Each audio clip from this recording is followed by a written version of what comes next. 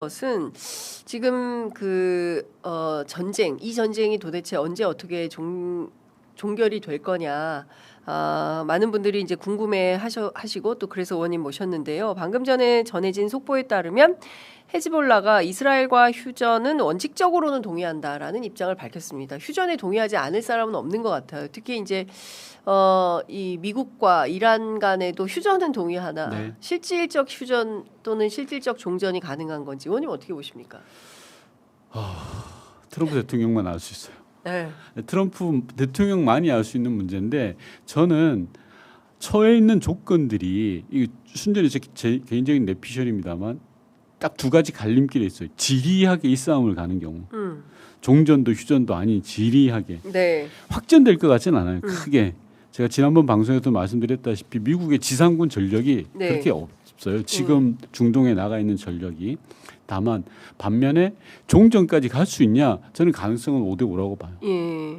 미국도 그렇게 사정이 녹록치 않거든요. 지금 미중 정상회담도 해야 되고 유럽도 봐야 되고 여러 가지. 제일 중요한 건 중간 선거가 있어요. 네. 트럼프 대통령 입장에서는. 예. 그러니까 녹록치 않은 상황에서 이걸 지리하게 끌고 갈 힘은 많지 않다. 그래서 저는 종전, 휴전 갈 수 있는 확률이 51%다라고 저는 봐요. 네. 다만 그 과정이 지난할 거다. 몇 인물들로 인해서. 그 국제 질서가 좀 변화하는 것 같다. 그러니까 과거 같으면 이제 미국 중심적인 세계가 딱 미국 일극 체제가 이제 돌아갔었던 건데 이번에 보니까 17일 내일인데요. 내일 이제 영국, 프랑스, 독일, 그러니까 유럽이 중심이 돼서 새로운 호르무즈 해협 통항을 위한 그게 이제 군사도 포함이 되는 것 같아요. 그래서 그 회의에 수십 개 나라를 초청했다고 하는데 제가 어제 강훈식 실장한테 질문했더니 우리도 요청을 받았고 참여하고 있다라는 답변을 받았습니다. 그 예전만큼 미국이 힘이 없고요. 미국이 자초한 거죠. 이 전쟁이 끝나면 국제 질서가 어떤 방향으로 될까요? 중국이 상당히 부상을 하게 될 걸로도 보이는데요. 우선 전제는요. 하루아침에 변화가 있지는 않습니다. 외교라는 건. 네. 오랜 시간을 걸려서 가는 거라 우리는 차분하게 준비하는 게 맞고 미국 주도의 국제 질서가 하루아침에 변하지 않는다라는 건 분명한 사실이고 다만 균열이 시작됐다라고 봐야 됩니다. 균열이 시작됐다. 예. 예. 이전과 같은 강력한 힘을 발휘하지 못하죠. 예. 미국이 건드렸는데 제대로 성공해내지 못하잖아요. 예. 이런 부분들이 명확하게 보여지고 있고 중견 국가라고 하는 유럽이라든지 뭐 캐나다라든지 이런 나라들이 움직이고 있는 거죠. 야, 더 이상 이대로는 안 되겠다. 네. 국제 질서가 이대로 가다가는 우리한테까지 피해가 올 것 같아. 예. 왜 이전까지는 미국이 다 케어가 됐는데 네. 아니다라고 보는 거죠. 그렇기 때문에 세 번째로는 새로운 질서에 대한 태동이 시작된다라는 거고요. 네. 네 번째는 그 상황에서 대한민국의 외교가 전 대단히 중요하다. 그렇죠. 이제는 제대로 할 이야기 하면서도 네. 우리도 역할을 해야 돼요. 예. 그동안의 외교에서 조금은 더 반발짝은 더 나아갈 필요가 있다라고 네. 좀 봐집니다.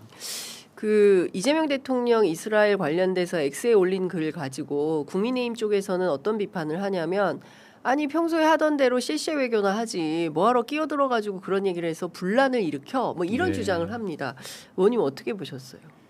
그 당연히 할 수 있는 말을 가지고 보편, 네. 보편, 너무나 보편적이고 상식적이고 보편 합리적인 인권. 네.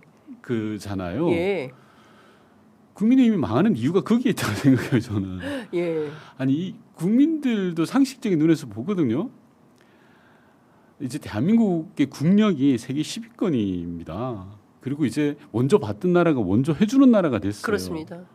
할 말은 해야죠. 그리고 보편적 인권에 관한 문제인데 그걸 왜 색안경을 끼고 보는지 이해할 수 없고요. 특히 중국의 세세 외교라고 비하하는지 저는 이해할 수가 없어요.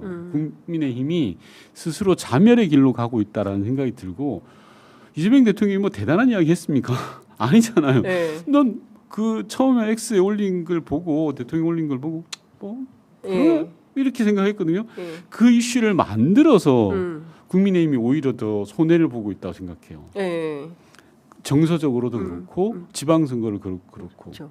그 예전 같으면 뭐 미국에 대해서 요만큼이라도 비판적 태도를 보이면 오히려 이제 전 사회가 막 그 비난을 하는 뭐 이런 구조인데 지금은 사실 트럼프의 이런 막무가내 행태에 대해서 사실 전 국민이 다 비판을 하고 있는 거잖아요. 트럼프 때문에 시장에서 비닐봉투 하나 제대로 살 수가 네. 얻을 수 없고 이렇게 되면 이거는 문제 아니냐라는 비판을 받고 있어서 이 새로운 질서가 만들어지는 과정에서 대한민국이 할 말은 하고 우리 국격에 맞는 외교를 해야 된다라는 말씀을 좀 주셨는데요. 네.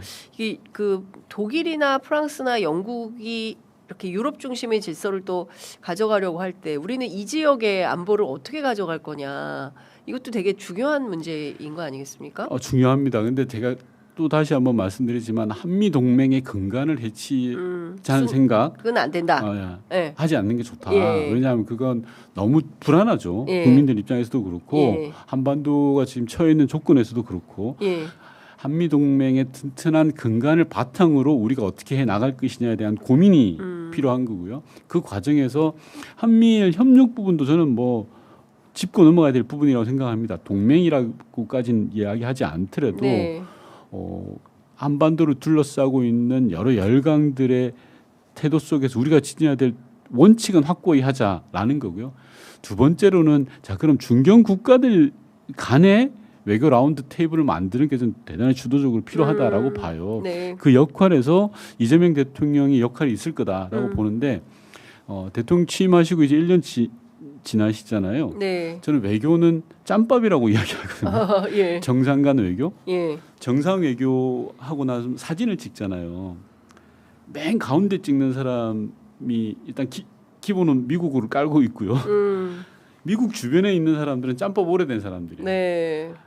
신참들은 저 멀리 있고 네네네. 고참일수록 가운데 있습니다. 이게 외교는 관계고 짬밥인데 이재명 대통령도 이제 1년 차 되시고 2년 차 접어들어서 이제 역할을 보여주셔도 되겠다라는 생각이 들고 조금 더 보폭을 넓히셔도 될 것 네. 같아요. 올 초에 이재명 대통령 첫 번째 순방 국가가 중국이지 않았습니까? 네. 그 소위 얘기하는 셀카 외교 이걸로 굉장히 화제가 됐었고 뒤이어서 방문한 나라가 일본이었어요. 물론 이제 도착하자마자 검찰개혁 관련되는 SG가 나와서 다들 깜짝 놀라긴 했었습니다만 당시에 그 오사카에서 강조한 내용은 한중일 협력. 였어요. 이재명 대통령. 그러니까 대한민국 외교가 이제 이 동아시아의 그 질서를 어떻게 할 거냐. 결국에는 한중일 세 개 나라가 문화를 비롯해서 여러 가지 외교 관계 협력을 가져가야 이 지역의 평화와 안정 뭐 이런 게 유지되는 거 아닌가라는 판단을 하는데 그 부분은 좀 어떻게 보십니까? 저는 뭐 아주 대단히 유용한 예. 전략이라고 보고요. 예. 이재명 대통령 외교는 실용이거든요. 그러니까 비교를 해볼게요. 네. 윤석열은 어떻게 했냐면 한미일 대 북중로의 대결 구도를 만들었어요. 맞습니다. 그러니까 우리가 힘이 더 훨씬 세. 예. 쟤들 그냥 쉬운 문제야. 예. 그래서 한미일 안보 동맹 뭐 이런 식으로 갔단 말이에요. 네. 그럼 당연히 북중로가 뭉치죠. 예. 불필요한 갈등과 긴장이 높아질 수밖에 없어요.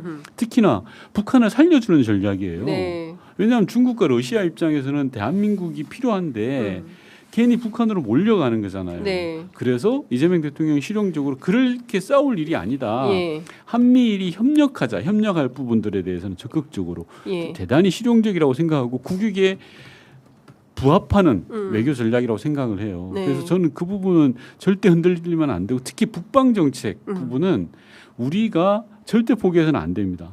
한반도의 안정과 평화를 위해서 반드시 필요하다고 생각하고요. 예. 러시아와도 우리가 예. 나쁘게 지낼 이유가 없어요. 예. 왜요? 그렇죠.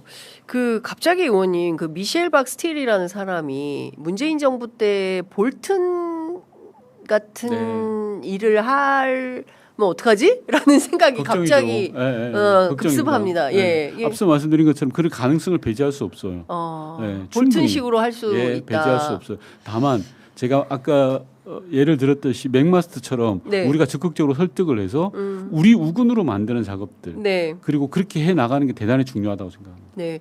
그 정동영 통일부 장관이 한반도 평화 특사 계속 그 좀 임명을 해서 남북 관계를 좀 돌파구를 마련해야 된다라는 주장을 하시는데요. 그건 좀 어떻게 들으십니까? 얼마나 답답하시겠어요. 주무장관이시잖아요. 뭔가 돌파구를 만들어야 되는데 북한 애들도 저러지 답답하시겠죠. 예. 그래서 뭐 그런 제안 충분히 하실 수 있다고 생각하고 네. 제가 드릴 수 있는 말씀은 조금 차분하게 보셔도 괜찮겠다. 지금 상황에서는 네.